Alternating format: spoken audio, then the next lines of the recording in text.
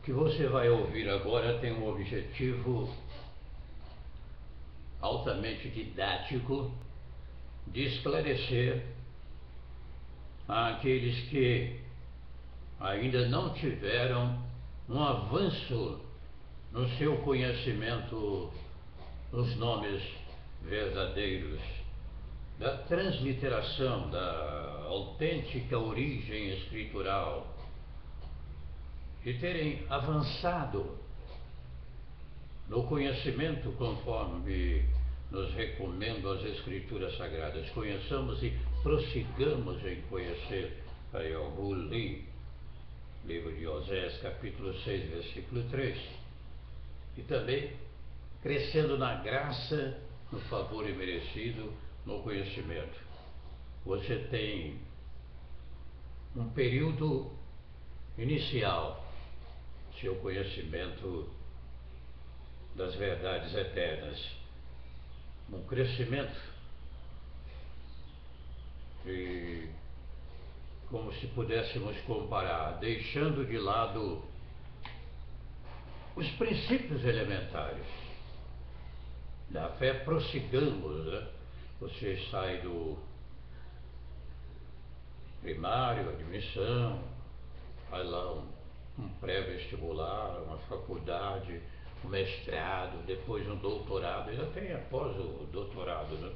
Se quiser. Na vida espiritual, que é infinitamente maior, é um processo interminável. Atos capítulo 3, versículo 21, diz: convém que o céu o contenha até os tempos da restauração de tudo. Nós já tivemos várias reformas em destaque aí para Martinho Lutero, Savonarola e outros. Mas o que está acontecendo nestes dias finais é o quê? Restauração. Assim como existem várias igrejas, várias denominações, né, entre aspas, surgirão também várias transliterações, cada um defendendo o seu lado, achando que o nome do Salvador obedece a um critério de transliteração desse modo, daquele outro. Eu quero, nesta oportunidade, humildemente, jogar por terra conceitos que estão se formando em torno deste assunto tão maravilhoso e sagrado.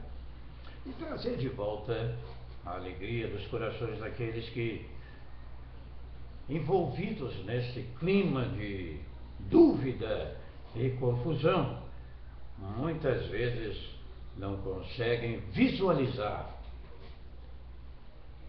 a resposta para tantas perguntas, tantas indagações. Vou tomar como base o texto de Marcos capítulo 3.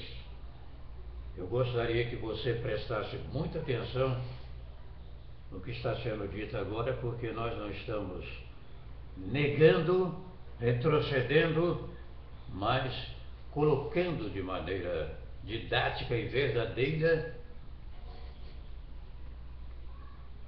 algumas explicações de como devemos nos comportar nestes dias frente a tantos desafios e contradições que se apresentam principalmente através da internet.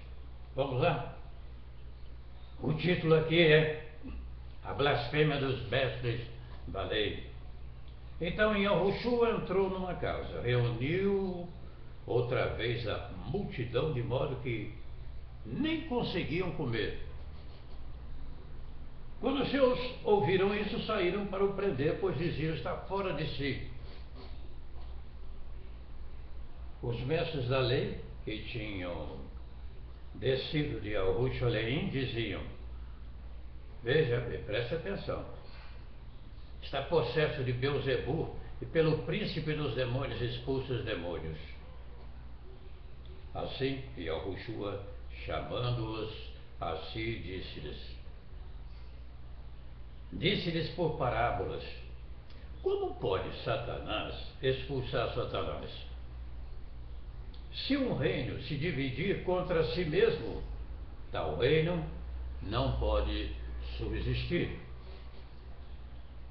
Se uma casa se dividir contra si mesma, tal casa não pode subsistir.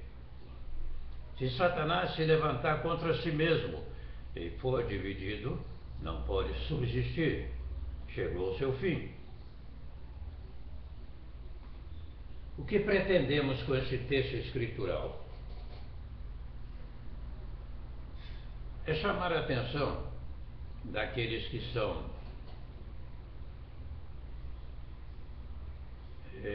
terroristas da fé. Terroristas. Terroristas são aquelas pessoas que têm, sem dúvida alguma, um comportamento extremo, seja social e principalmente no campo religioso, né, espiritual, etc.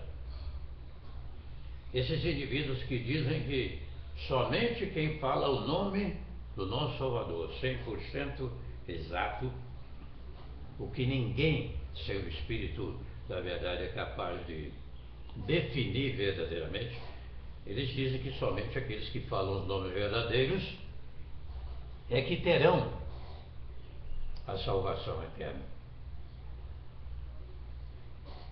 Com essas observações que já foram feitas, eu quero afirmar para vocês que a colocação não é bem essa, ou esta, se assim preferirem.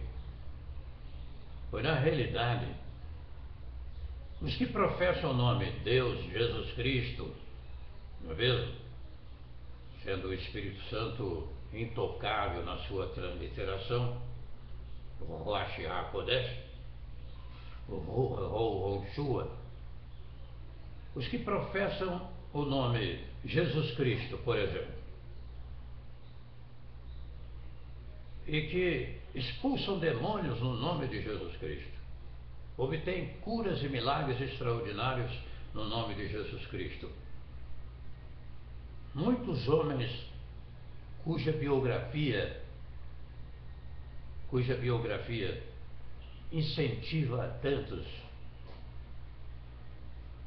à prática do seu comportamento de vida, inúmeros avivamentos que foram celebrados em nome de Jesus Cristo.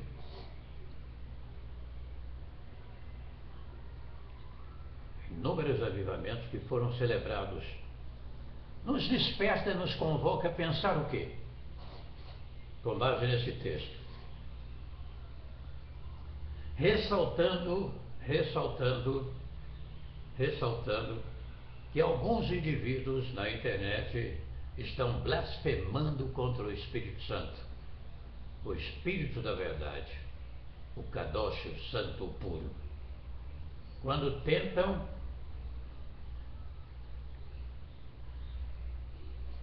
eliminar.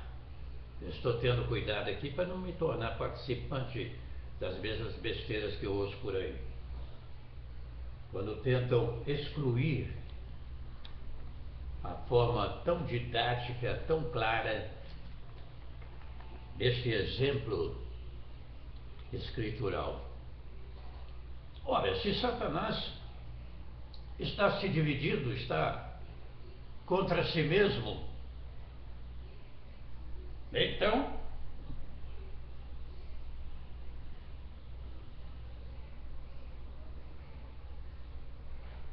está dividido, está colocando o seu reino em falência.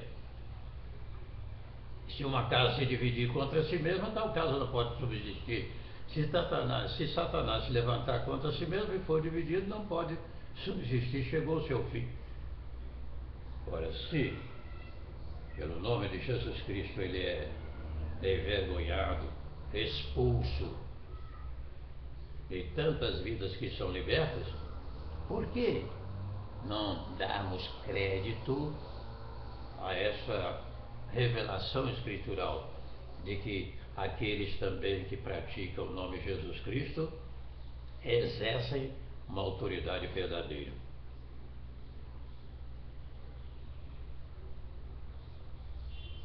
Bom, mas como fica agora a realidade escritural vigente? Como fica agora a realidade escritural vigente? É aí que nós incentivamos os estudos, a cultura, o crescer na graça, no conhecimento.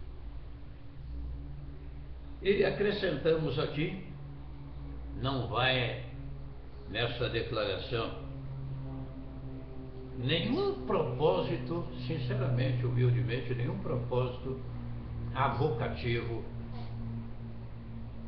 de querer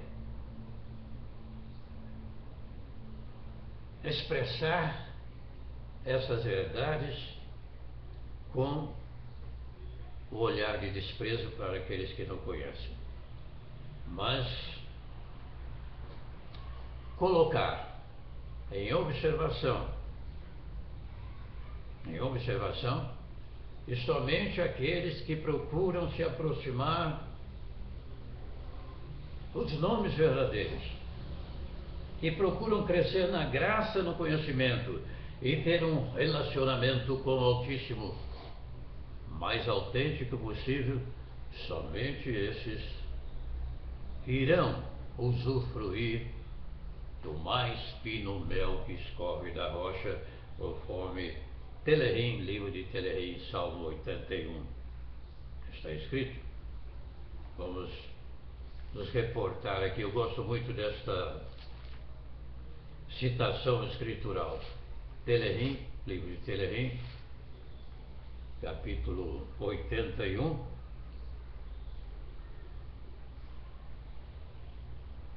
Eu, porém, te saciaria com trigo mais fino, com mel saído da rocha, te saciaria. Versículo 16. Somente aqueles que procuram este crescimento vão, sem dúvida alguma, usufruir. Mas esses exageros que existem por aí, esse terrorismo espiritual praticado por algumas pessoas, isso não condiz com a verdade. Não condiz com a verdade. O que eu quero dizer, portanto, concluindo, não terminando, porque é impossível, o assunto é tão vasto, estaremos aprendendo aqui por toda a eternidade. O que eu quero concluir é o seguinte: os que professam os nomes de Jesus Cristo, os que já professaram e partiram desta vida confiante no nome de Jesus Cristo, não somente tinham em mente um nome latinizado, romanizado, mas o caráter desse nome, o que ele significa, e conseguem com isso chegar ao verdadeiro Messias. Sem negarmos, volto a dizer, as origens escriturais verdadeiras, a necessidade de aprendermos mais, crescermos na graça e no conhecimento. Eu espero que você reflita sobre esse assunto. E se tiver alguma dúvida, humildemente nos colocamos aqui à sua disposição como alunos do Espírito da Verdade. Um abraço, até mais.